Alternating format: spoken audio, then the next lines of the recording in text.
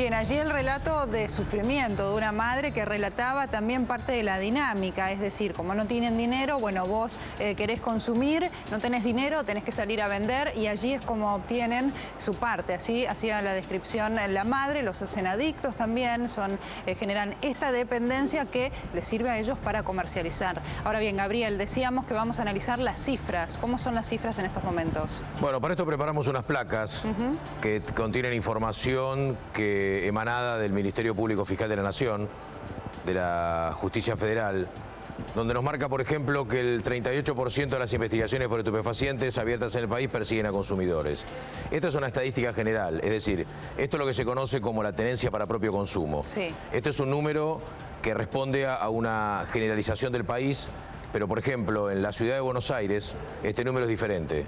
En la ciudad de Buenos Aires, el 60% de las causas que se inician por parte de la Fuerza de Seguridad, que hacen, te diría, el 95% de las investigaciones relacionadas con narcotráfico, son tenencia para propio consumo. Claro. Es decir, son aquellas que allá del año 2009, después de un fallo de Corte Arriola, conocido por todos, no son punibles, son cuando en un grupo lo que se persigue en esto es que no haya trascendencia a terceros. Es decir, si un grupo de personas está en una plaza, en un lugar oscuro, consumiendo alguna droga, sin que pueda esto trascender a terceros o a menores o estar cerca de una escuela, generalmente se hace el procedimiento policial porque la ley de drogas está vigente del año 89 y tiene más de 30 artículos. Y luego, una vez que ingresa a la Justicia Federal sobresee directamente esa causa. Claro. Distinto es cuando ya es para tenencia, para comercialización o directamente cuando es para comercialización. Si hay el informe estadístico del Ministerio Público Fiscal de la Procuraduría de Narcocriminalidad nos dice que solamente el 3% se investiga por contrabando. Esto también es un número general. Si bien en algunas provincias, Rosario, Mendoza, Córdoba son las provincias, por supuesto junto con la Ciudad de Buenos Aires y la provincia que tiene mayores números de esto es que hay menor cantidad de causas en los cuales se investiga o se descubre, porque esto nace por la Fuerza de Seguridad, el contrabando de estupefacientes a través de las fronteras. Claro. Esto es causas en las cuales se generan dentro de nuestro territorio, de la Ciudad de Buenos Aires o de cualquier provincia. En los últimos años, del año 2005, se ha visto una tendencia importante, que el informe lo marca, que es la ley de desfederalización. Es decir, desde el año 89 hasta el 2005, estos eran delitos que investigaba la Justicia Federal. Como una manera de acercar a la justicia provincial a esta problemática, se sancionó la ley a través de la ley de menudeo, se conoce, a través de los cuales fiscales provinciales, existen 26 en el ámbito de la provincia de Buenos Aires, investigan los casos de menor cuantía. Casos de menor cuantía a través de los cuales se empieza a hacer la cadena, a tratar de reconstruir la cadena de comercialización. Esto ha hecho que desde el año 2006, primera estadística que se tiene, hasta el año 2014 haya subido 200% los procedimientos que se hicieron en la provincia de Buenos Aires a partir de la ley de menudeo. Esto fue replicado por Córdoba y Salta. Esto descomprimieron la Justicia Federal y recaló en la Justicia Provincial. Claro. Esto no significa tampoco, en números generales, porque no hay estadísticas para comparar, que haya recrudecido las causas por narcotráfico o droga. Lo que significa que ahora, a mi entender, y a entender de varios fiscales federales y de la provincia de Buenos Aires, se ha blanqueado la cifra negra. Hoy la ciudadanía, y esto lo reflejan las estadísticas también, tiene mayor posibilidad, y de hecho lo está haciendo, de denunciar casas donde se vende droga. Las cámaras de seguridad también sirven para los casos de comercialización. Es decir, hoy hay recursos tecnológicos, telefónicos por 0800, por SMS, a través del 911, Gabriel, de visualizar. Haciendo referencia a eso, cuando uno puede hacer una denuncia porque sabe que en el vecino, el departamento de arriba, de abajo y demás, se comercializa drogas, ¿cuáles son los datos que te piden puntualmente? En la mayoría de los casos, en la provincia de Buenos Aires y en el ámbito federal, la denuncia es anónima. Bien, la denuncia porque ese es el principal miedo. Por eso, es decir, en los últimos años se ha ido adaptando la justicia, primero a la posibilidad del temor, que es totalmente cierto y lógico. Y segundo, tecnológicamente se han desarrollado posibilidades, como te decía antes. Hoy existen a través de SMS, a través de llamados a 0800, a través del 911, causa que se inicia por denuncias anónimas. Bien. Y así lo dice. Y a través de ahí, porque no hay nadie mejor que el vecino, que ve que en la casa al lado o muy próxima o le comentan, por eso está la madre del Paco. El vecino, el encargado también de un edificio que conoce perfectamente cuál es el movimiento interno, ¿no? Así es, las madres del Paco han luchado mucho con esto, han hecho la denuncia sobre consumo Y la tranquilidad que tiene cualquiera que nos esté mirando, que conozca un lugar donde se comercializa droga o se vende estos kioscos, como se conocen, que son de menor cuantía, pero que esto responde a una cadena de comercialización a través de alguien que le suministra esta droga. Tiene la posibilidad, hoy hay muchos recursos, tiene, repito, tiene 0800, inclusive de los municipios, tiene sistema de SMS, de mensaje de texto también de los municipios, tiene la posibilidad de llamar al 911, en todos los casos su identidad se protege. La ley de drogas que se sancionó en el 89 creó dentro del derecho penal algunas figuras que luego fueron replicadas en otras causas, que son el testigo de identidad reservada, el agente encubierto, el arrepentido, distintas posibilidades que se copiaron de Estados Unidos, que permiten también que las grandes organizaciones, en muchos casos algún integrante arrepentido, negocie su pena con el fiscal y a través de la cual verbalice. Pero para la ciudadanía en sí, y la madre del Paco lo saben y lo están utilizando mucho en el ámbito de la ciudad de Buenos Aires, el Paco ha generado una vinculación delictiva entre el Paco y los delitos impresionante, sobre todo por la adicción que genera el Paco. Si bien la marihuana y la cocaína son fuertemente los mayores los consumidos en toda la cadena, en toda la sociedad, digamos, como hablamos antes, violencia de género, esto atraviesa toda la sociedad. Es importante que sepan que hay muchos lugares donde poder denunciar este tipo de delitos. Claro, y que es anónimo además. Ahora, en el último tiempo se estuvo hablando más de marihuana y de cocaína y se ha dejado un poco de lado el Paco. Paulo, estaba Paulo Cablan también con nosotros. Paulo, ¿ha disminuido? Estaba escuchando con atención.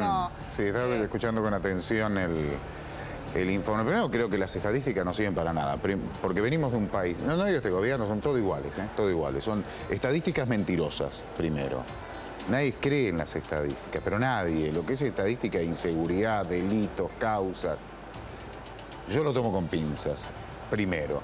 Después, las investigaciones las tiene que iniciar la justicia y la policía, porque todos esos números para denuncias, llame, a ver, genera la responsabilidad de un vecino que no debe tener responsabilidad.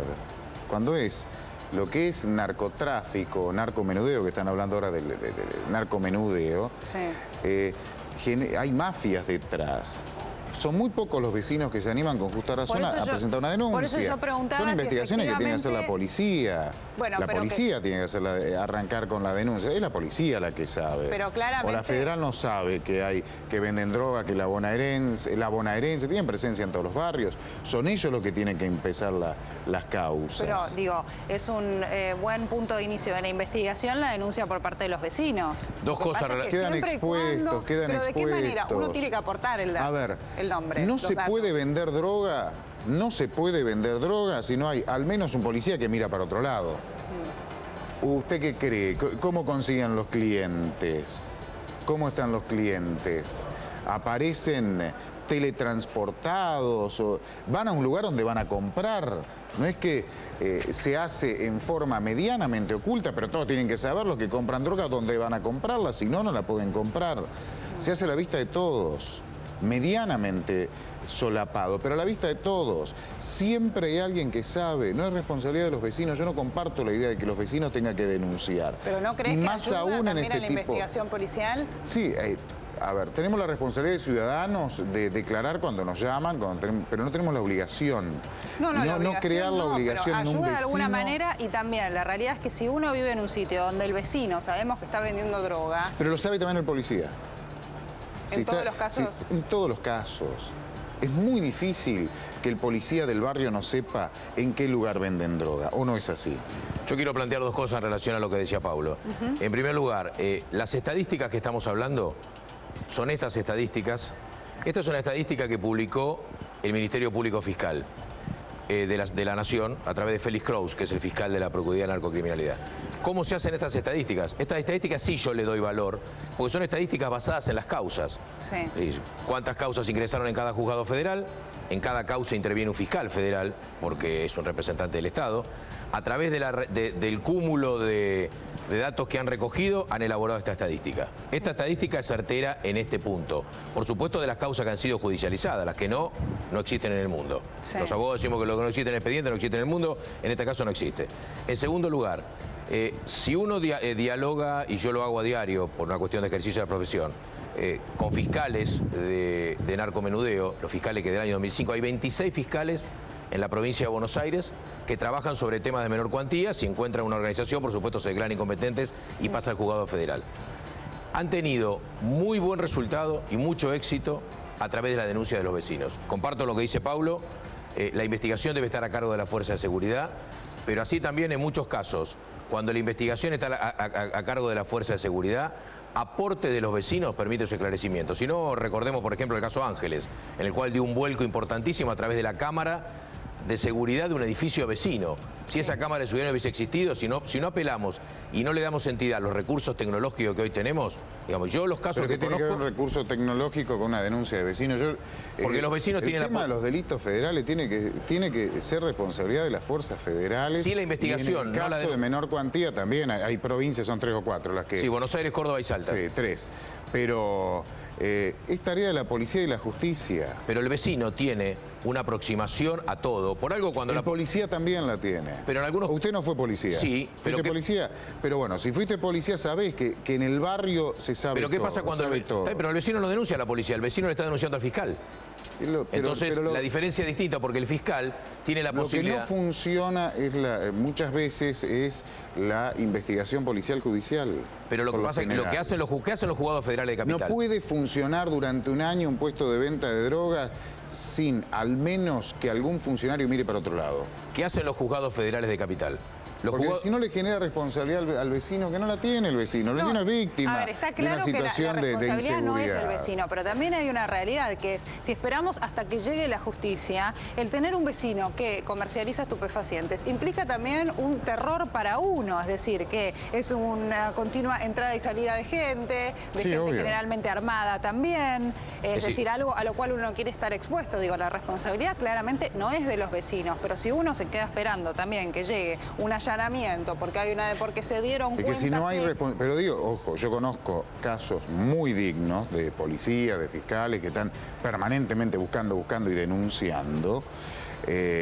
O sea, no es una generalización para nada, son los menos los que no lo hacen.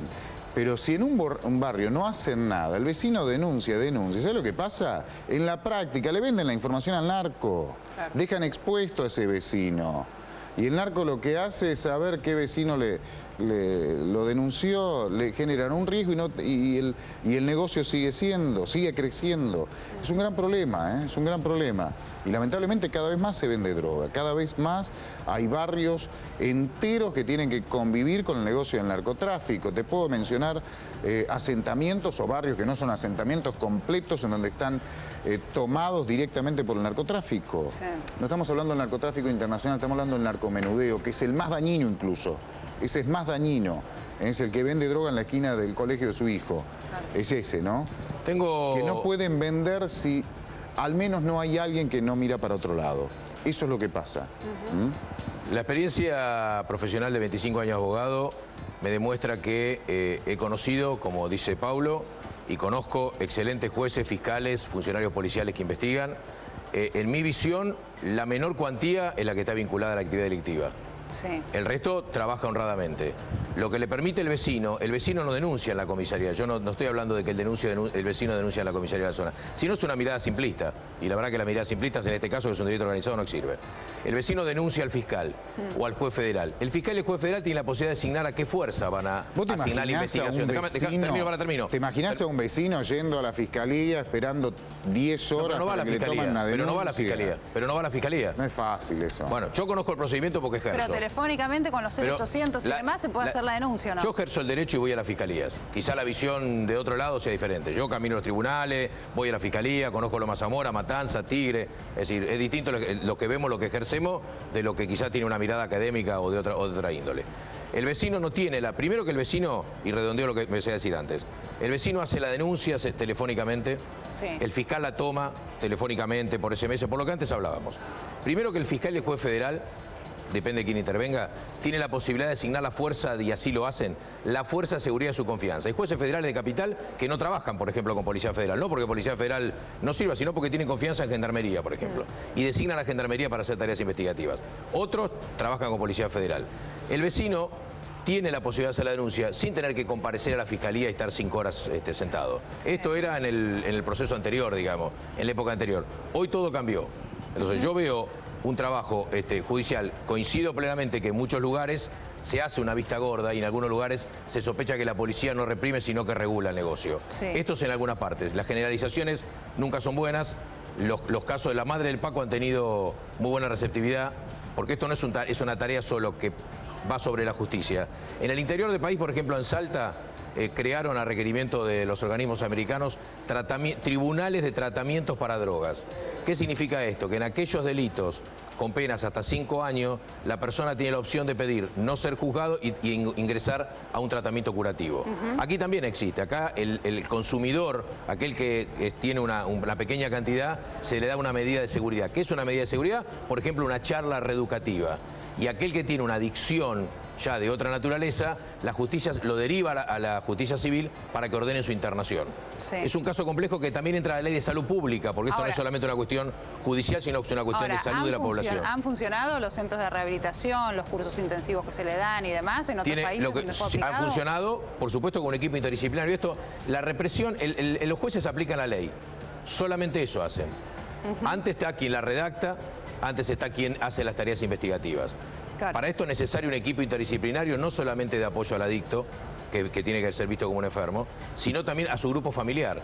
Porque cuando uno empieza a conocer la historia que existe atrás, y esto lo marca la estadística, es importante, la pueden acceder en internet, cualquier persona que le interesa, está en la página web del Ministerio Público Fiscal, empieza a conocer como los antecedentes delictivos de los detenidos que hay atrás ante la comisión de un delito. Sí. Entonces empezamos a conocer por qué determinadas personas llegaron a determinados consumos. No es lo mismo que consume Paco, porque Argentina es un país de elaboración, es un país de exportación, es un país de consumo de drogas. Acá se elaboran drogas sintéticas. En el año 2008 hubo un procedimiento en Matchwit, en la cocina de Matchwit, que derivó el libro de País Narco de Mauro Federico. Sí. Ese fue un procedimiento que nos permitió conocer a todos que existían cocinas. Y los informes de Cedronar han demostrado cómo han aumentado la cocina de elaboración de drogas sintéticas. No tenemos la producción de cocaína que tiene Perú o Colombia. Sí somos un país de tránsito y un país de exportación y también de consumo. Claro. No tenemos estadísticas hace muchos años, con lo cual en esto sí no podemos medir si aumentó o no la estadística en cuanto al consumo de cocaína o marihuana. Pero sí que por supuesto está presente en todos los niveles sociales. Bien, un placer como siempre, Gabriel. Un gusto, gracias a ustedes.